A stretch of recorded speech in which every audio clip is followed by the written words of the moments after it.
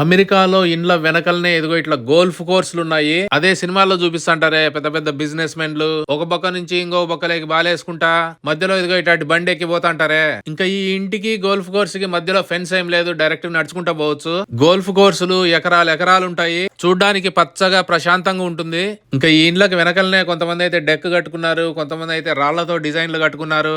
Golf బాగా ఇష్టం ఉన్న వాళ్ళు అయితే ఇలాంటి ఇండ్లు కొనుక్కొని మెంబర్షిప్ తీసుకొని ఇంటి వెనకల నుంచి నడుచుకుంటా పోయి ఇంకా ఆడుకోవచ్చు డైరెక్ట్ గా.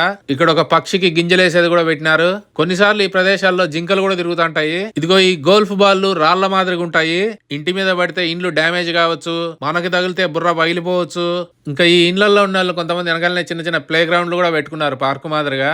ఇంకా అదిగో ఆ ఇంటి నుంచి ఇంకా డైరెక్ట్ గా నడుచుకుంటూ వచ్చినాను. అబ్బా భలే పచ్చగా ఉంది ఏంది అని చూస్తే ఇదిగో ఇటు పక్క ఉండే గడ్డి అంతా ఏమో మామూలు గడ్డి, ఇదేమో ప్లాస్టిక్ గడ్డి. కాకపోతే రెండు మాత్రం భలే కలిపేసినారు కనపడకుండా. ఇలాంటి ఇండ్లు రేట్లు కూడా ఎక్కువే ఉంటాయి.